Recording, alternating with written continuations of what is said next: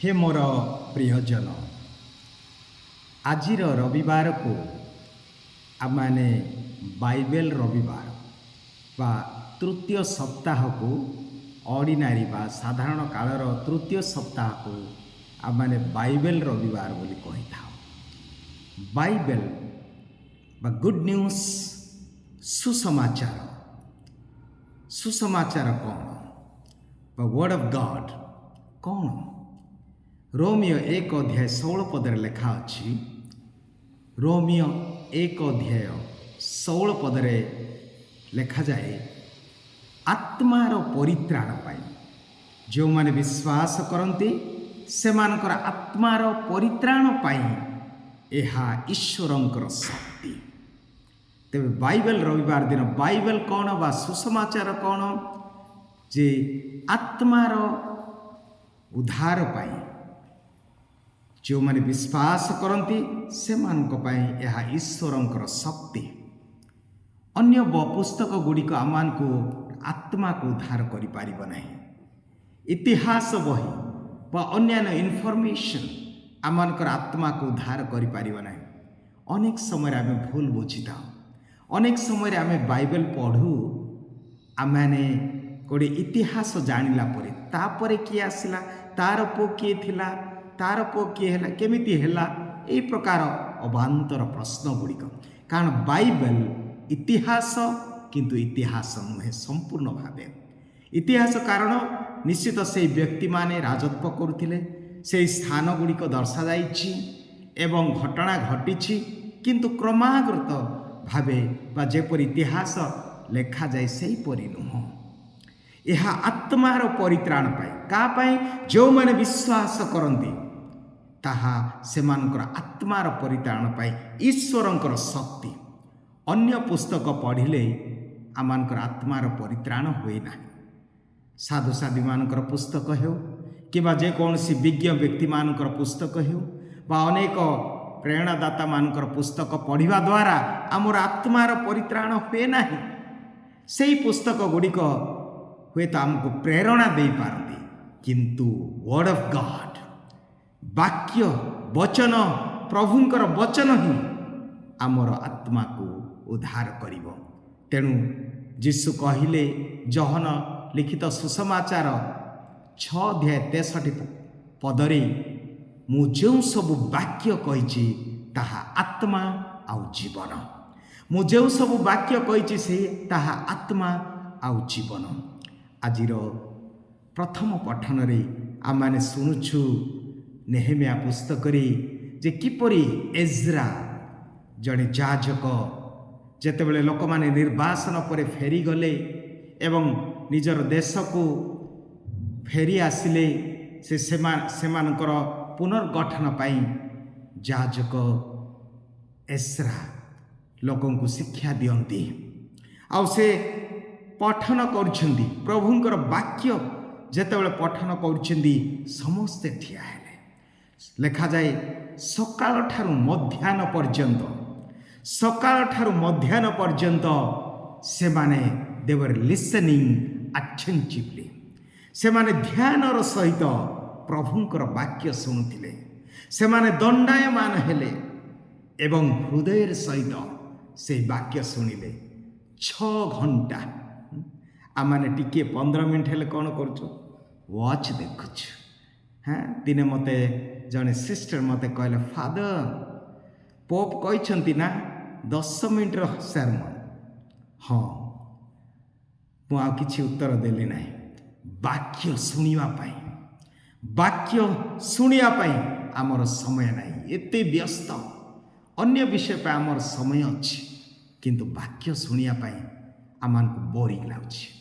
आमे जाऊनु चर्च को बेले बेले संडे रविवार कहूँ कहीं आज वर्षा है ना कहीं गोटे गेस्ट आसीगले आउ यही सब बाहाना नहीं आम रही जाऊँ ना जीवा दरकार नहीं। कहीं कारण भल लगु ना, बोरिंग लगुच।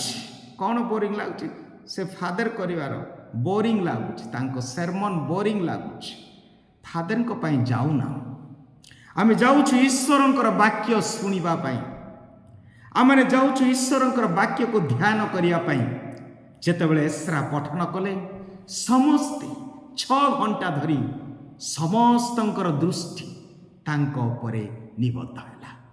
ସେମାନେ ଶୁଣିଲେ, କାରଣ ଏହି ବାକ୍ୟ ଆତ୍ମାକୁ ଉଦ୍ଧାର କରେ, ଏହି ବାକ୍ୟ ଆମମାନଙ୍କୁ ଶକ୍ତି ଯୋଗାଏ, ଏହି ବାକ୍ୟ ଆମମାନଙ୍କର ଜୀବନକୁ ସଂସ୍କରଣ କରେ, ପଥ ଦେଖାଏ। କାରଣ ମୁଁ ଯେଉଁ ସବୁ ବାକ୍ୟ କହିଛି ତାହା ଆତ୍ମା ଆଉ ଜୀବନ। ଆମେ ଜାଣୁ ସାଧୁ ଅଗସ୍ତିନଙ୍କର ଜୀବନୀ, ସେ କେଡ଼େ ପାପୀ ଥିଲେ। ଏହି ସଂସାରର ସବୁ କିଛି ସେ ଉପଭୋଗ କରୁଥିଲେ। ସମସ୍ତ ସାଙ୍ଗସାଥି ଜୁଆ ବିଭିନ୍ନ ପ୍ରକାର ପାପ କାର୍ଯ୍ୟରେ ଲିପ୍ତ ଥିଲେ। କିନ୍ତୁ ଯେତେବେଳେ ସେ ବେମାର ପଡ଼ିଲେ, ହସ୍ପିଟାଲରେ ରହିଲେ, ଆଉ ସେହି ସମୟରେ ସେ ତ ଜ୍ଞାନୀ ଥିଲେ, ଅନେକ ବହି ଗୁଡ଼ାକ ପଢ଼ୁଥିଲେ। ସେ ସେହି ହସ୍ପିଟାଲର ସିଷ୍ଟରମାନଙ୍କୁ କହିଲେ, ମୋ ପାଇଁ ଗୋଟେ ପୁସ୍ତକ ଆଣ। ଆଉ ସେହି ସମୟରେ ସେମାନେ ବାଇବେଲ ନେଇକି ଗଲେ। ବାଇବେଲ ସେ ଦେଖିଲେ, ନା, ମୋତେ ଏଇ ପ୍ରକାର କ୍ଲାସିକାଲ ବୁକ୍, ନୋଭେଲ ମୋତେ ଆବଶ୍ୟକ। ଆଉ ସେ ଫେରେଇ ଦେଉଥିଲେ। କିନ୍ତୁ ସିଷ୍ଟର ଜଣକ କହିଲେ, ଏହି ବାକ୍ୟ ବା ଏହି ବାଇବେଲ ବ୍ୟତୀତ ଆମଠାରେ ଅନ୍ୟ କୌଣସି ପୁସ୍ତକ ନାହିଁ।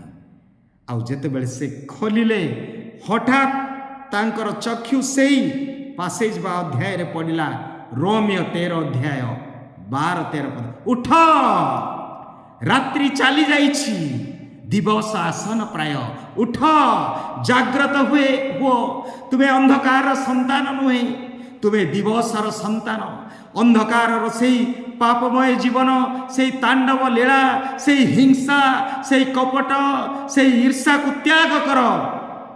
ଅନ୍ଧକାରର କାର୍ଯ୍ୟ ଛାଡ଼ି ଦିଅ, ଆଲୋକର ସାଜ ପରିଧାନ କର। ଉଠ, ଜାଗ୍ରତ ହୁଅ। ଆଉ ଏହି ବାକ୍ୟ ତାଙ୍କର ହୃଦୟକୁ ସ୍ପର୍ଶ କଲା।